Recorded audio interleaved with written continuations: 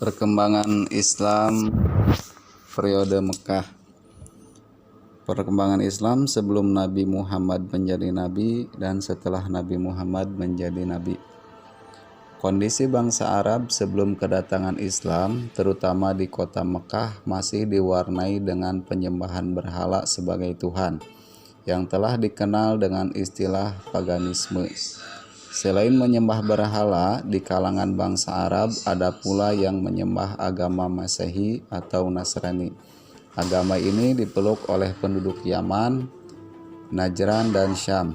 Di samping itu juga agama Yahudi serta agama Majusi, yaitu agama orang-orang Persia. Keadaan bangsa Arab menjelang kelahiran Nabi Muhammad SAW yang membawa Islam di tengah-tengah bangsa Arab. Masa itu biasa disebut dengan zaman jahiliyah, masa kegelapan dan kebodohan dalam hal agama, bukan dalam hal lain seperti ekonomi dan sastra. Karena dalam dua hal yang terakhir ini, bangsa Arab mengalami perkembangan yang sangat pesat. Mekah bukan hanya merupakan pusat perdagangan lokal, tetapi juga sebagai jalur perdagangan dunia yang penting saat itu, yang menghubungkan antara utara Syam dan selatan Yaman, antara timur Persia dan barat Abisinia dan Mesir. Dalam bidang sastra, pada masa itu sastra memiliki arti penting dalam kehidupan bangsa Arab. Mereka mengabadikan peristiwa-peristiwa dalam syair yang diperlombakan setiap tahun di pasar seni Ukaz, Madinah, dan Majaz. Bagi yang memiliki syair yang bagus, maka diberikan hadiah dan mendapat kehormatan bagi suku atau kabilahnya, serta syairnya digantungkan di Ka'bah yang dinamakan Al-Mu'allaq As-Sab'ah. Nabi Muhammad SAW lahir pada tanggal 12 Rabiul Awal.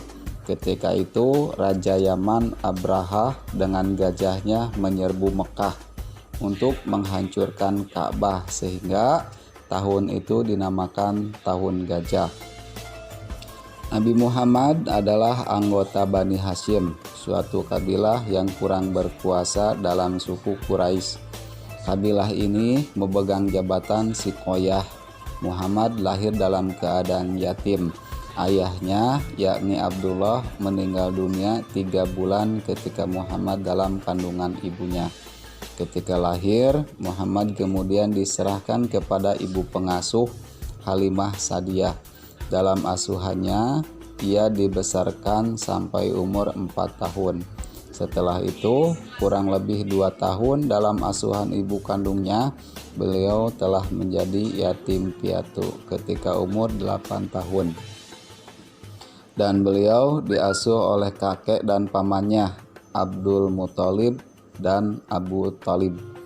Pada umur 12 tahun, Nabi Muhammad sudah mengenal perdagangan, sebab pada saat itu beliau telah diajak berdagang oleh paman beliau, Abu Thalib, ke negeri Syam.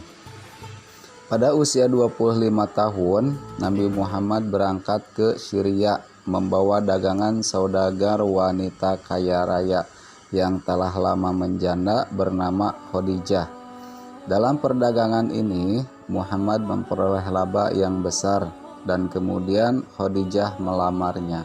Maka menikahlah Muhammad yang pada waktu itu berusia 25 tahun dengan Khadijah berusia 40 tahun.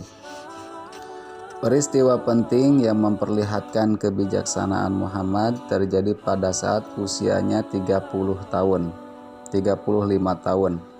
Waktu itu bangunan Ka'bah rusak berat.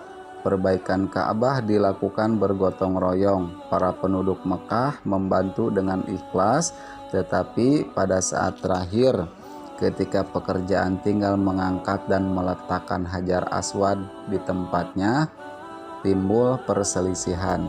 Setiap suku merasa berhak melakukan tugas terakhir dan terhormat itu. Perselisihan semakin memuncak, namun pada akhirnya para pemimpin Quraisy sepakat bahwa orang yang pertama masuk masjid esok hari dialah yang berhak meletakkan Hajar Aswad. Ternyata tidak satu pun di antara mereka yang masuk masjid lebih dulu daripada Nabi Muhammad. Oleh karena itu, Muhammad berhak meletakkan Hajar Aswad ke tempat semula. Walaupun demikian, dengan sifat kearifannya, Muhammad membentang kain dan meletakkan Hajar Aswad di tengah sorbannya, lalu meminta seluruh kepala suku memegang tepi kain itu dan mengangkat bersama-sama. Setelah sampai pada ketinggian tertentu, kemudian Muhammad meletakkan pada tempat semula. Dengan demikian, perselisihan dapat diselesaikan dengan bijaksana, dan semua kepala suku merasa puas dengan cara penyelesaian semacam. Perkembangan Islam di kota Mekah setelah Nabi diangkat menjadi Rasul. Nabi Muhammad SAW adalah Nabi akhir zaman, penutup para Nabi. Beliau diutus menjadi Rasul setelah bertafakur di Gua Hiro, bertepatan dengan tanggal 17 Ramadan. Turunlah wahyu yang pertama sebagai penegas diutusnya Nabi sebagai Rasul, yaitu Quran Surat Al-Alaq ayat 1-5. Beliau diangkat menjadi Rasul pada umurnya yang mendekati separuh abad, tepatnya pada umur 40 tahun. Beliau menghabiskan sisa hidupnya untuk berdakwah, menegakkan tauhid dan syariat Islam. Beliau berdakwah dengan seluruh jiwa raga, dengan begitu banyak halangan dan rintangan yang beliau hadapi. Beliau berhasil melaksanakan misi dakwahnya dengan sukses dan penuh dengan hikmah ketauladanan. Dakwah Nabi Muhammad dibagi atas 2 periode, yakni periode Mekah dan periode Madinah. Beliau berdakwah pertama kali di kota Mekah selama hampir 10 tahun lamanya. Di periode Mekah ini, dakwah Nabi Muhammad kepada masyarakat Mekah lebih berfokus pada peningkatan kualitas akidah dan ketauhidan, dan mengajak mereka untuk meninggalkan segala bentuk peribadatan yang menyembah selain Tuhan yang Maha Esa, yaitu Allah Subhanahu wa Ta'ala. Berikut ini prioritas dakwah Nabi Muhammad kepada masyarakat Mekah. Yang pertama, ketauhidan. Yang kedua, menjelaskan adanya kehidupan setelah kematian. Yang ketiga, merubah perilaku jahiliyah masyarakat Mekah. Yang keempat, menegakkan HAM dan menghapus kasta.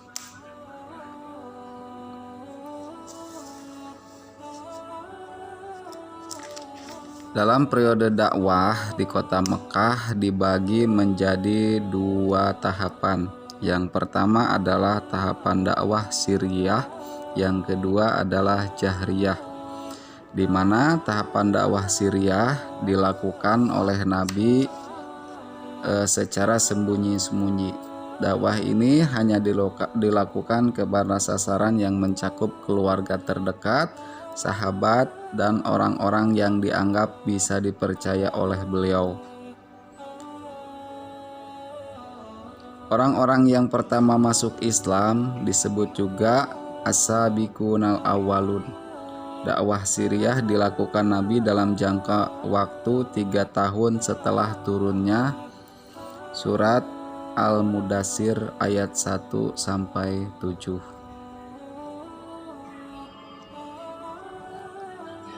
Kerabat yang mula-mula menerima ajakannya untuk masuk Islam adalah istri Nabi, yaitu Siti Khadijah, Ali bin Abi Thalib, Abu Bakar, Zaid bin Haritsah.